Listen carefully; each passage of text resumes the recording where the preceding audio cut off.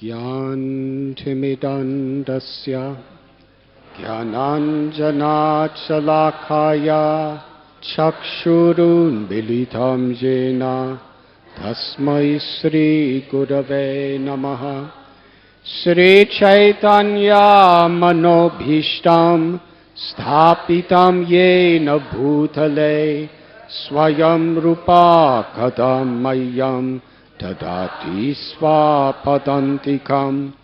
वन्देऽहं श्रीगुरो श्रीयुतापदकमलं श्रीगुरून् वैष्णवांश्च श्रीरूपां साग्रजातां सहगना रघुनाथान्वितं तं सजीवं साद्वैतं सावधूतं परिजनसहितं कृष्णचैतन्यदेवं श्रीराधा कृष्णपादान् सहगना ललिता श्रीविशाखान्वितांश्च। हे कृष्णा करुणा सिन्धु दीनबन्धु जगत्पते गोपेशा गोपिका कान्त राधा कान्त नमोस्तुते। तप्त काञ्चना गौराङ्गी राधे वृन्दावनेश्वरी वृषभानुसुते देवी प्रणमामि हरिप्रिये। वंशकल्पतरुभ्यश्च कृपा सिन्धुभ्य एव च पतितानां पावनेभ्यो वैष्णवेभ्यो नमो नमः। श्रीकृष्ण चैतन्य प्रभु नित्यानंद श्री अद्वैता गदाधर श्रीवासदि गौर भक्तवृंद। हरे Krishna Krishna Krishna Hare Hare Hare Ram Ram Ram Hare Hare.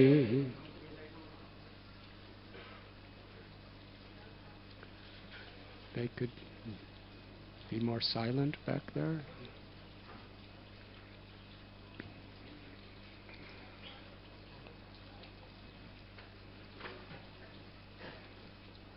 Hare Krishna. We welcome everyone to Sri Radha Gopinath Temple for this very special once-a-year festival of Sharad Poornima. In Vrindavan, even today, it is in certain ways the most special festival of the year, where each and every temple bring their deities into gardens and forests, courtyards in the moonlight, with beautiful offerings, beautiful songs, to celebrate this event. And we're very honored this year to have special guests on this special day. In Philadelphia, Pennsylvania, USA, the presiding deities are Shri Radha Sharad Bihari, which means Radharani and Krishna who enjoys the full moon rasa dance of the month of Sharad. And since the early 70s, that extraordinary personality who has been doing seva for those deities is with us. Let us welcome Rabindra Swarup Prabhu.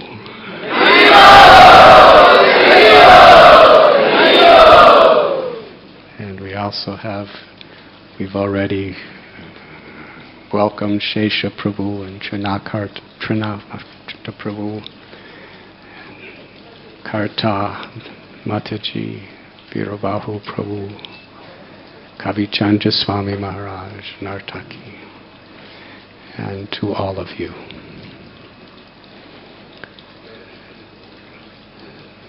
The 10th canto of Srimad Bhagavatam describes the Rasa Lila. In certain ways, one of the most popular pastimes of all the Vedic literatures, and also the most misunderstood.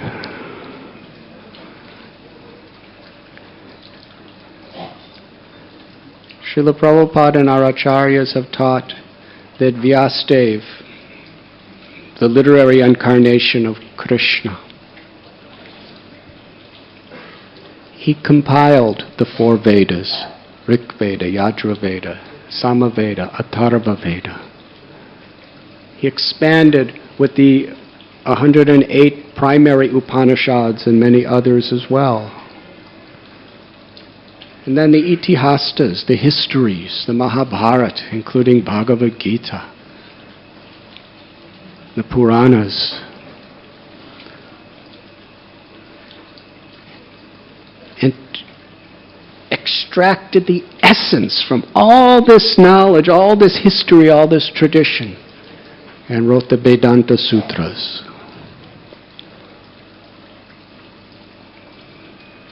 But in Badrik Ashram, in his home, while sitting on the bank of the Saraswati River, he was feeling an emptiness.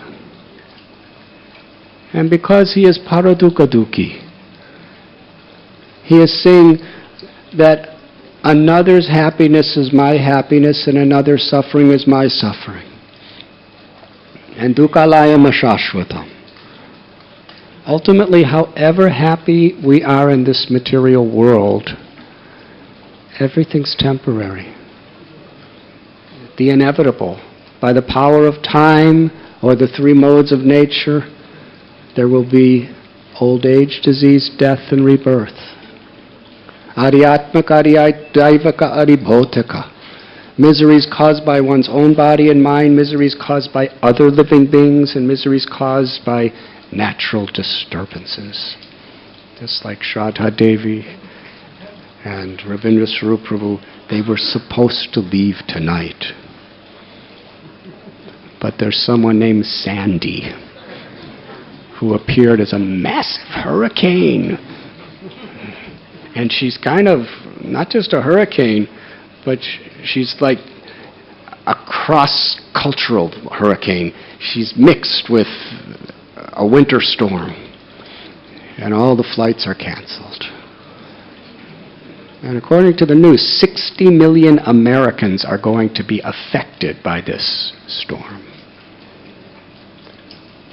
Whether you're rich, whether you're poor, whether you're learned, whether you don't know anything about education, whether you're a brahmachari or grihastha, vanaprastha, sannyasi, still the hurricane comes.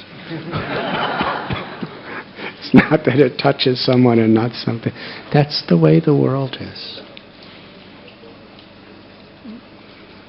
So the only true happiness is to transcend the miseries of this world by realizing our own spiritual essence. Mamaivam so jiva loke jiva bhuta sanatana. That we're all part and parcel of Krishna.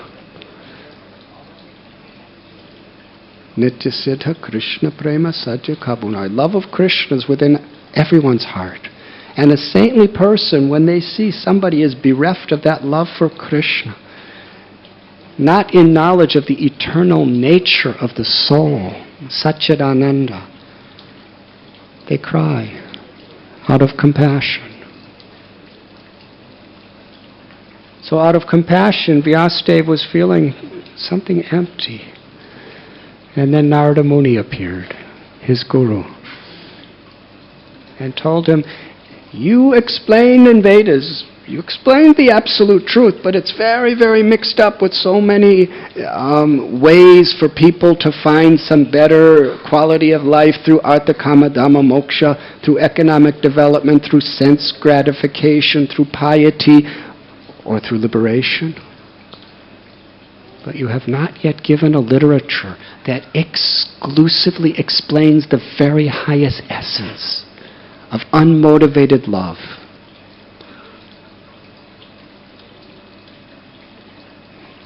And with this inspiration, Vedavyas wrote his commentary of the Vedanta Sutra. The essence of all knowledge in a beautiful form of the Srimad Bhagavatam. Dharma Parochita Kaitarvat.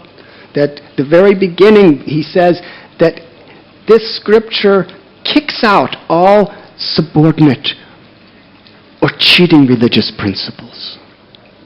Anything less than the ultimate goal of unmotivated, uninterrupted, loving devotional service to the Supreme Lord is not going to be discussed here. Savai pungshang parodharmo yatobhaktirarokshije ahoitaki apratihata yayatma suprasidati. He tells us from the beginning that the supreme occupation or dharma, the supreme religion for all living beings, is that which brings about unmotivated, uninterrupted, loving service to the Supreme Truth, or Krishna. And in the Srimad Bhagavatam, there are such histories of such exalted devotees and their loving relationship with the Lord.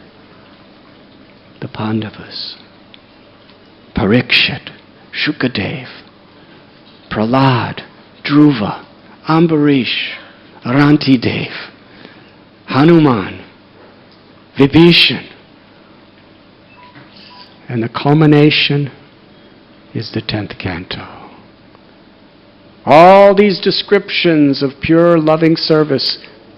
Dairamji, please sit with us here. Yes, please. Welcome. Let us welcome Dairam Prabhu, one of the...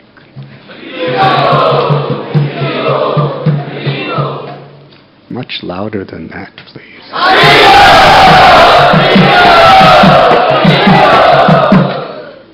Thank you. The service he does is another class. We don't have time for that.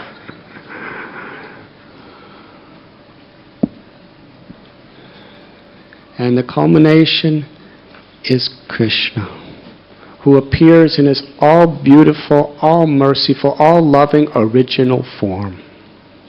In the first canto, Krishna, Ete Changsha Kalapungsha Krishna Stu Bhagavan Svaya. That there are many incarnations, many avatars, many ways that the Lord appears within this world over history to reestablish religious principles, to protect the innocent, to annihilate ignorance in the ignorance. Paritranaya sadhunam vinashaya chaduskritam dharma samstapanarthaya sambhavami juge juge. What the Bhagavatam claims, but the original, complete fullness of the absolute truth is Krishna, who is all attractive. And he descends into this world. And we read about Krishna's beautiful appearance in the world, his childlike pastimes, where he's a little baby crawling, learning to walk. And as soon as he starts walking, he's stealing butter from gopis. And meanwhile, every day or so, he's killing some gigantic asura.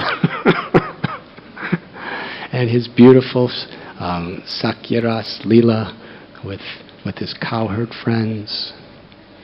And the very culmination of the Srimad Bhagavatam, the crescendo of all truths, of all knowledge, of all scriptures, is in these 5 chapters of the Rasa Leela.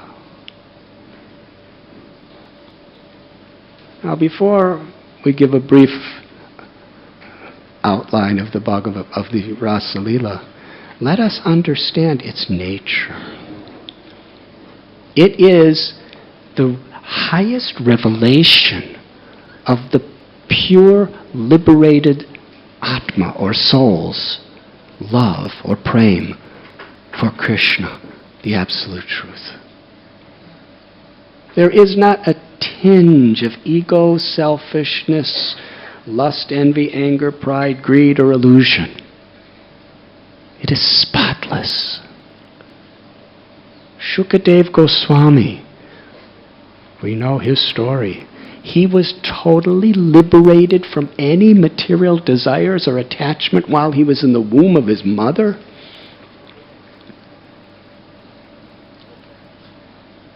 And even the greatest sages throughout the world were assembled to Parikshit Maharaj's last 7 days. They all considered Shukadev so pure, so liberated, that he was the most qualified of anyone in the universe to speak. Shukadev Goswami, how he honors and worships this Ras Leela as the highest expression of pure love. In fact, he tells that anyone with sincere faith, and it takes years to develop this sincere faith, anyone who with sincere faith hears this story becomes completely cleansed of any materialistic, egoistic desires. That is the purity. And Sri Chaitanya Mahaprabhu, who is the crushed jewel of all sannyasis, he taught us that there is no yogis, there is no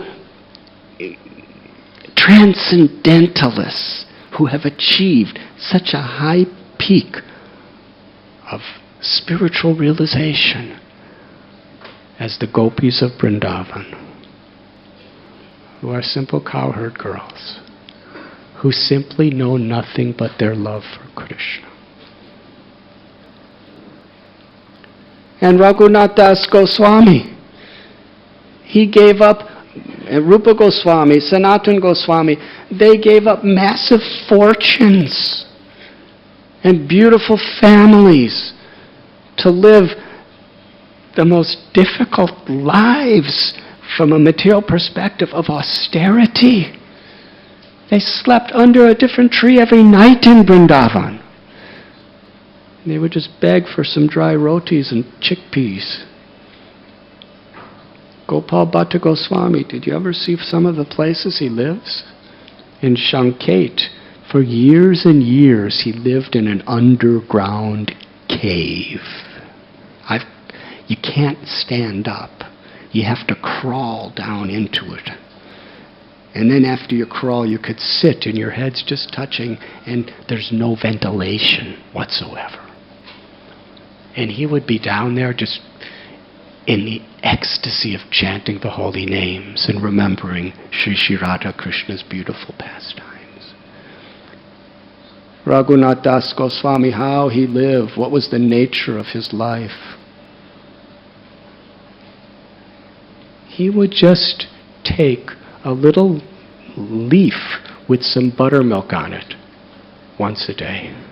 And while he was drinking it, he was thinking, how condemned I am that I'm wasting so much time for my sense enjoyment. We cannot imitate that. These are the people who are telling us the purest, highest form of ecstatic love is the gopis. So with this understanding, they've already transcended all ego and selfishness and all material desires. It is Krishna reciprocating with them. And bhakti. Today, Ravindra Sarup Prabhu quoted Srila Prabhupada that he said that a definition of bhakti is cooperation. Now, on our level, you know what that means. Just to stop fighting. To stop arguing with each other. And param dristvani vartati, to unite on a higher principle, despite our differences.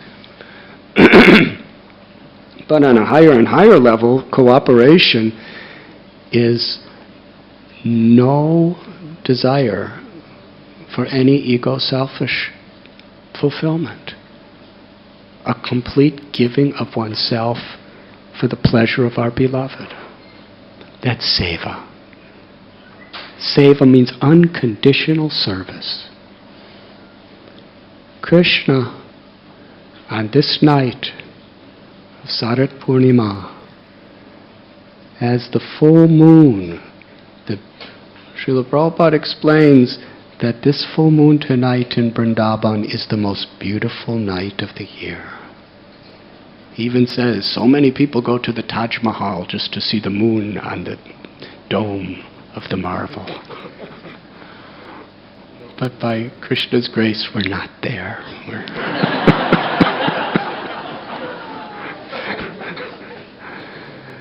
And when Krishna saw the beautiful full moon, the Vrindavan Chandra, the moon of Vrindavan rising, and its rays just opening up the special fragrant lotus flowers in the Yamuna. And the moon was enticing the jasmine, the malati flowers to open and spread nectarine fragrances. And the moon was inducing the peacocks and the parrots to be singing beautiful songs.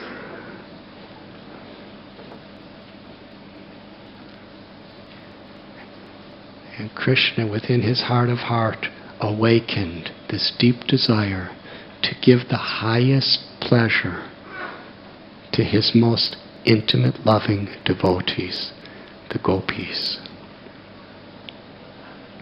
So he stood under the Bamsibat tree near the bank of Yamuna, and he placed his flute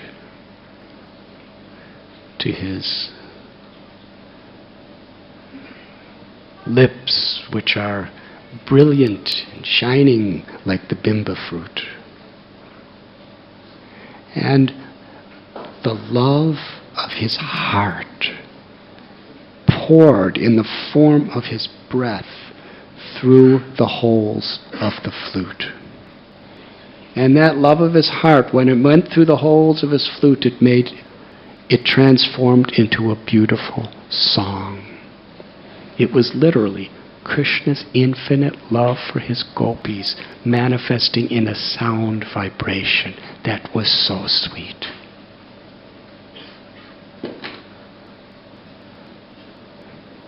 Our deities, Radha Gopinath.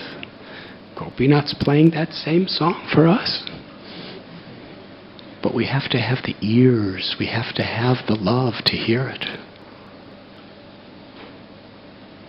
And when that beautiful flute song spread through the environment of Sri Braj Bhumi, it entered into the ears of gopis and then literally stole their hearts. He was calling for them. And for gopis, they manifested the supreme excellence of renunciation. They put aside anything and everything and ran to the forest to reciprocate with Krishna. Krishna was playing the flute simply to make them happy, and they were going only to make him happy.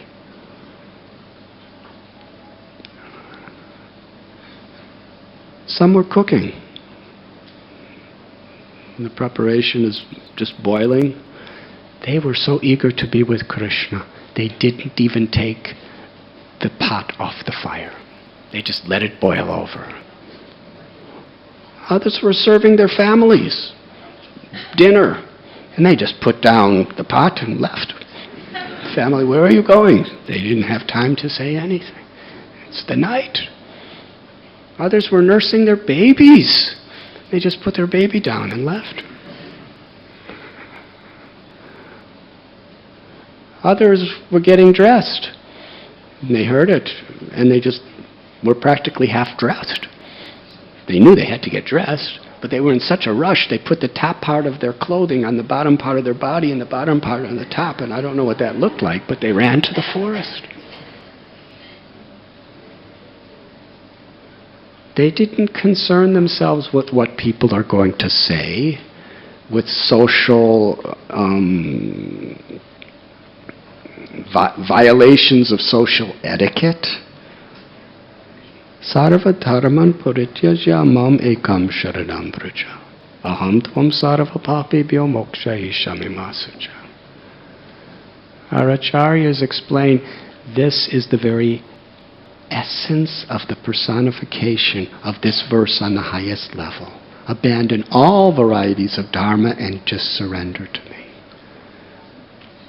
Because they did it with pure love. And through the night forest, they arrived on the bank of Yamuna, where they met with Krishna. And Krishna was so happy to see them. He smiled and he glanced. The infinite love of his heart flowing through his glance, flowing through his smile, flowing through his words. And he said, I'm so happy that you are here. You have come to see me. And you must be so happy that you have seen the moonlit forests of Vrindavan. Just see how the moon is shining and reflecting so beautifully upon each leaf and each flower and the singing of the birds. You have satisfied me with your love. You have seen the moonlit forest. Now you should go home. Because you have duties to your families. He went on with this advice. And as he was speaking, the gopis were looking down on the ground and they were crying and they were drawing little curved lines with their toes in the dust of the earth. And finally, when he stopped speaking, they were really the highest philosophers because they had realized the ultimate goal.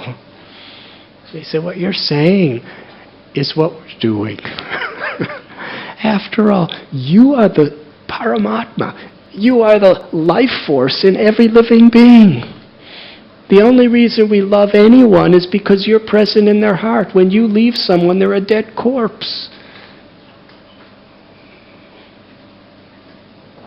In other words, what they were saying is what the Bhagavatam explains. When you water the root of the tree, that water goes to every part of the tree, to every leaf, every branch, every flower, every twig. And Krishna, you're the root of everything. You're the life force, the prananath of everyone. So by serving you and pleasing you, we are fulfilling all our duties for everyone.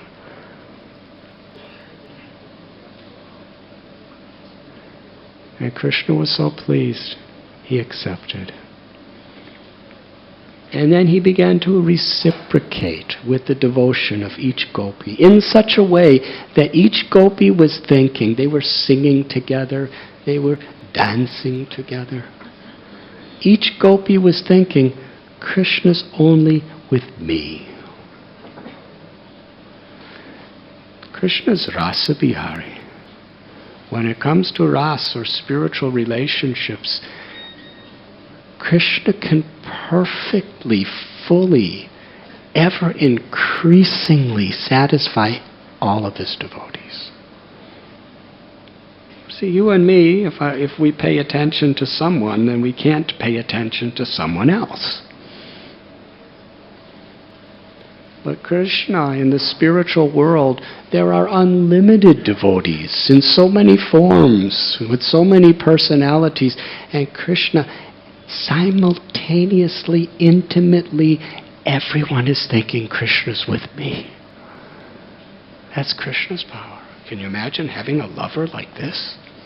One of the expansions of Krishna in his Vasudev feature in Dwarka was living with 16,108 queens simultaneously. But in the highest realm of love, Vrindavan, each gopi was thinking, Krishna's just with me. How is this? All these loving, loving, loving devotees are all around and Krishna just never leaves me. Krishna, when he performs his leelas, there are so many levels of ras and also philosophical, social, characteristically instructive lessons as well. Krishna wanted to show the world he will not tolerate pride in a devotee. And what is pride? I am better than everyone else. The gopis were thinking like this, in a very pure way, that I must be better than everyone else because he's only with me. At that moment, Krishna disappeared from everyone. And the gopis were completely humbled. Of course, this was not material pride. But for those of us with material pride, this is the lesson we have to learn. Krishna leaves us when we give in to our false egos.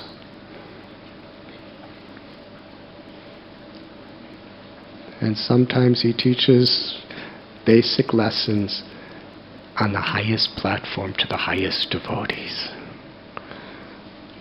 But he explains why he left later. We'll get to that, providing I don't speak too much.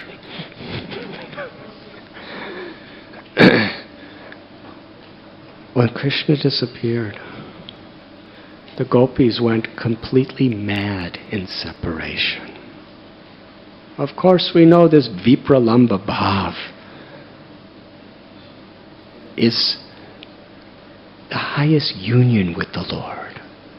There's sambhog and vipralamba, the love of meeting Krishna and the love of being in separation from Krishna. And the two forever nourish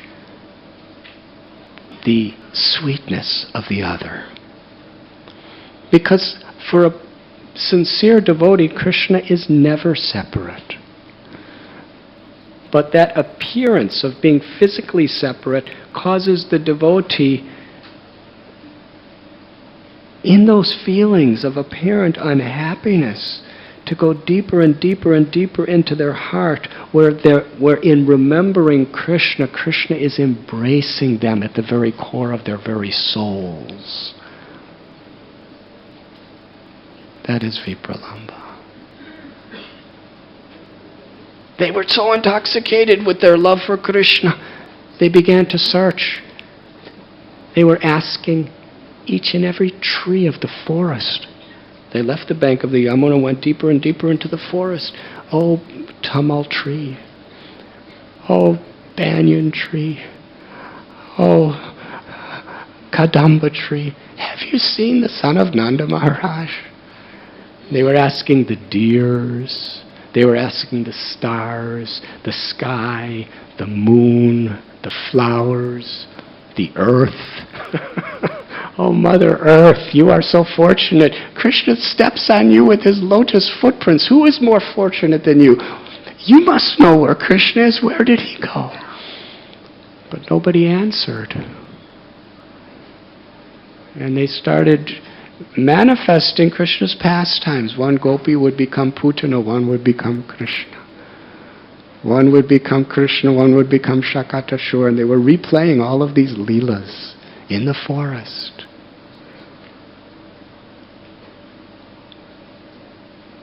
And as they were going deeper and deeper, they found another set of footprints next to Krishna's.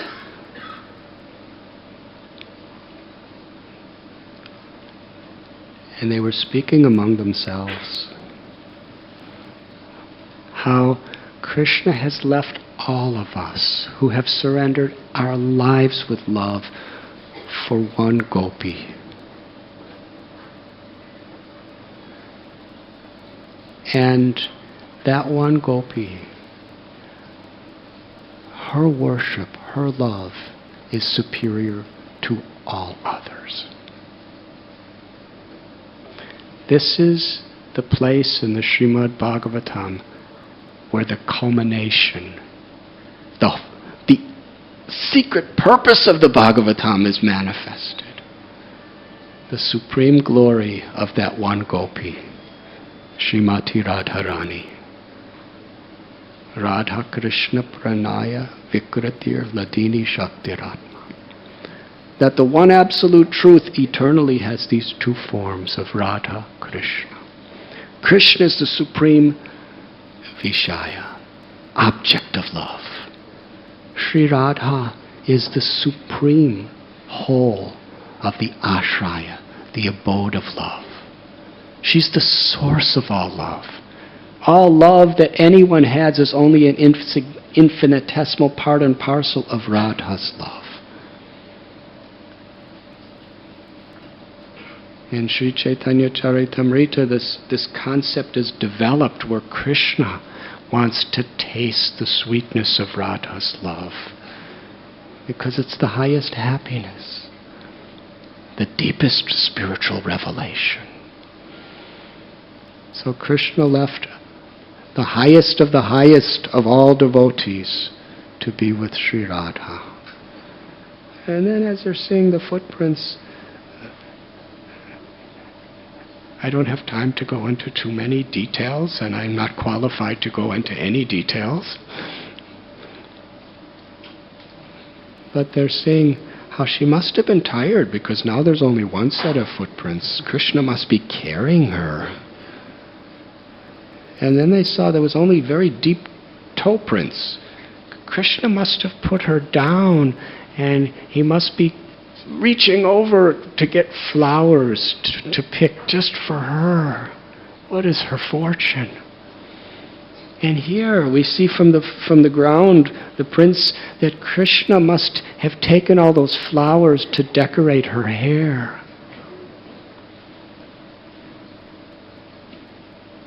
And then Sri Radharani said to Krishna, "I'm tired. Can you carry me?" And Krishna said, "Yes, of course." And then he disappeared. Because she started thinking that I'm better than all the other gopis. Look at what Krishna's doing for me. Even Radharani can't get away with false pride in this way, but this is not false pride, but that's what we have to learn from it. It's pure pride. So then they see Radharani sitting and crying. And she tells the whole story to the other gopis, and they're searching for Krishna.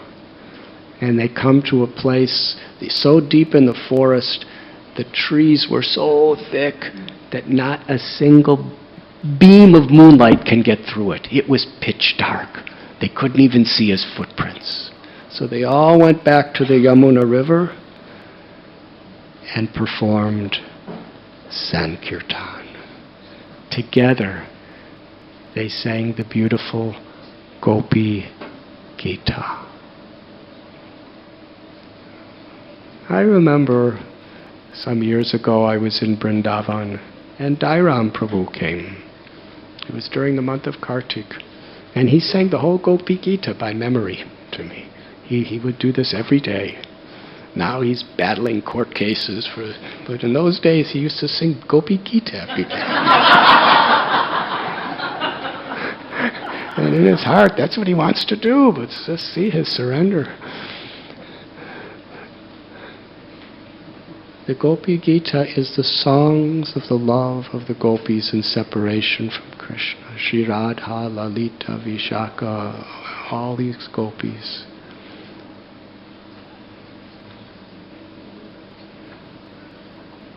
And as they were singing together, Sankirtan, they were crying out the glories of Krishna.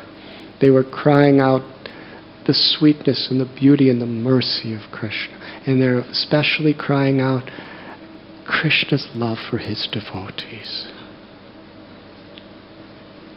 And in that one verse, Tavakatam Ritam Tapta Jivanam, they express the nectarine sound vibration of Krishna's names, glories, and pastimes is so sweet. It can purify all people's hearts. It can conquer our minds and awaken our love. And those who are spreading these glories of Hari Katha, They are the most merciful bestowers of good fortune to the whole world. And when we read this, we think of Srila Prabhupada, who spread the glories of Krishna all over the world, through his books, through his lectures, through his projects, through his devotees. As they were singing with such emotion, with such love together, they were literally crying for Krishna. And at that moment, Krishna, on the bank of the Yamuna, appeared and smiled upon them. And they all started reciprocating with his glances and his smiles. It was heart-to-heart love, and every expression and everything they did with their body was the love of their souls.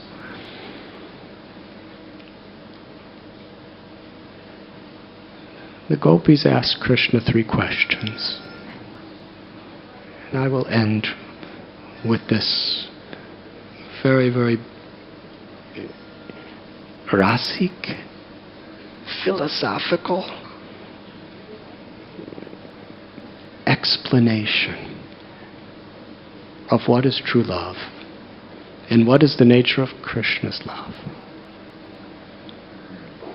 The gopis said that some people reciprocate the affection only of those who are affectionate toward them, while others show affection even to those who are indifferent or inimical. And yet others will not show affection toward anyone. Dear Krishna, please properly explain this matter to us. The Supreme Personality of Godhead said, so-called friends who show affection for each other only to benefit themselves are actually selfish. May I read that again? Just in case this may have some application to ourselves. So-called friends who show affection for each other only to benefit themselves are actually selfish. They have no true friendship, nor are they following the true principles of religion. Indeed, if they did not expect benefit from themselves, they would not reciprocate.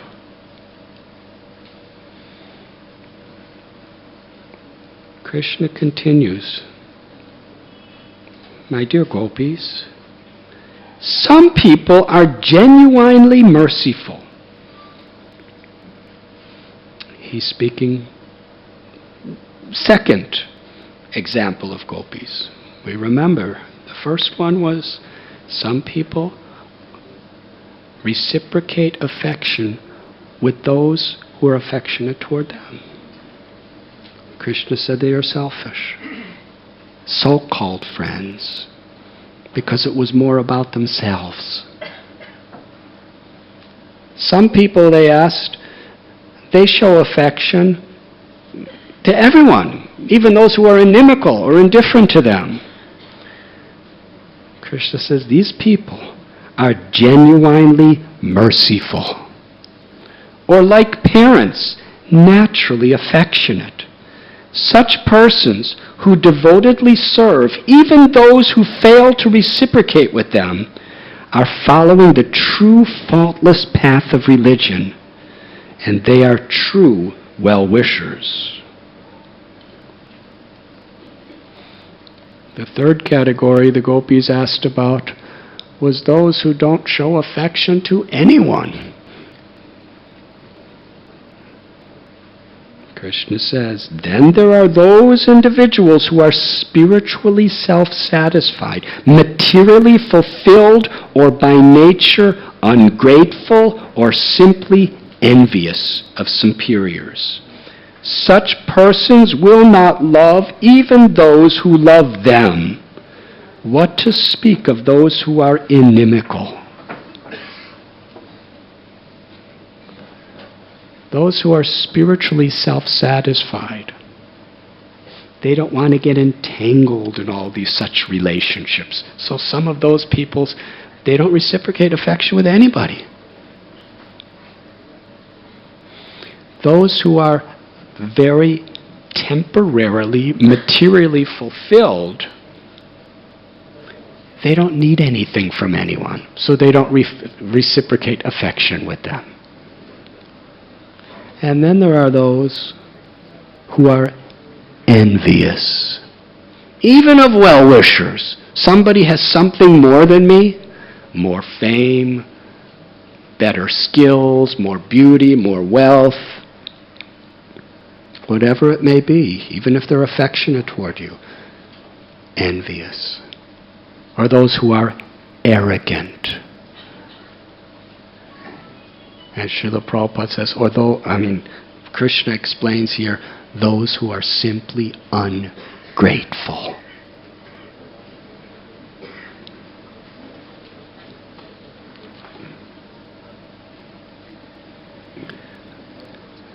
Now they were kind of saying that about Krishna, the gopis, because they surrendered their lives to him, and he left them.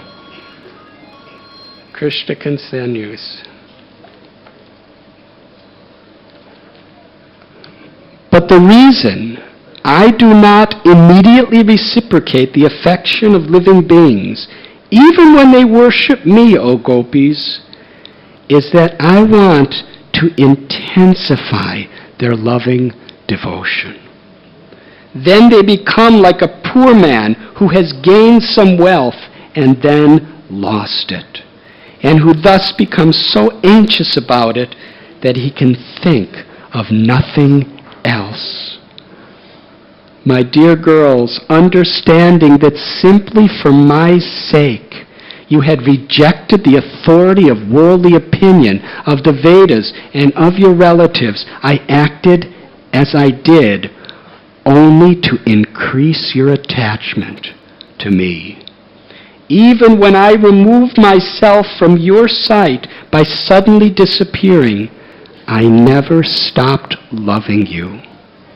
Therefore, my beloved gopis, please do not harbor any bad feelings toward me, your beloved. Napadayeham niravadya samyujam. I am not able to repay my debt for your spotless service, even within a lifetime of Brahma. Your connection with me is beyond reproach. You have worshipped me cutting off all domestic ties, which are difficult to break. Therefore, please let your own glorious deeds be your compensation.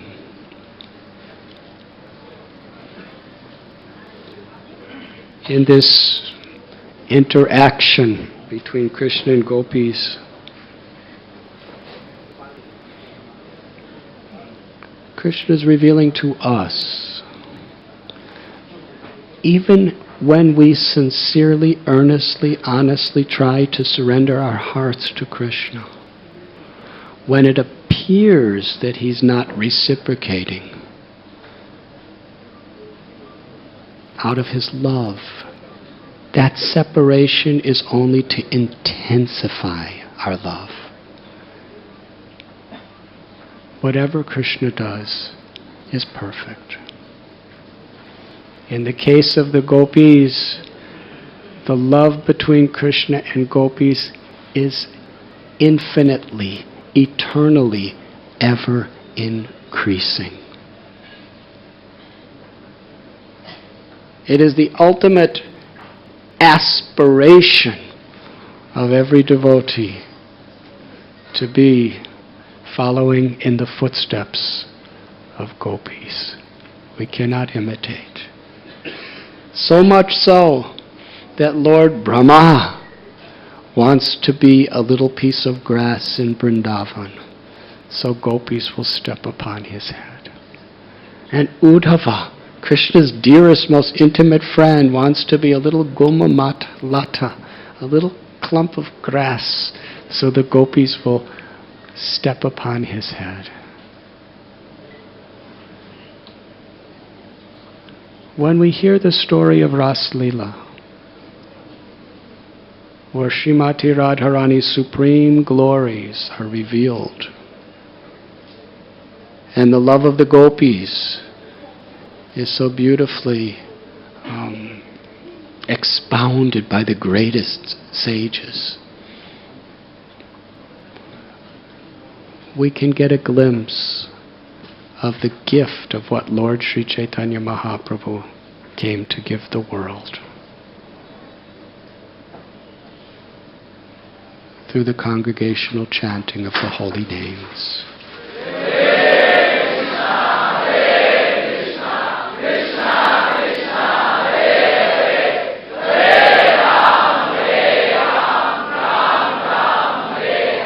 And we can gain a glimpse of what Srila Prabhupada came to give the world. The nature of the gopis, they never thought they were great.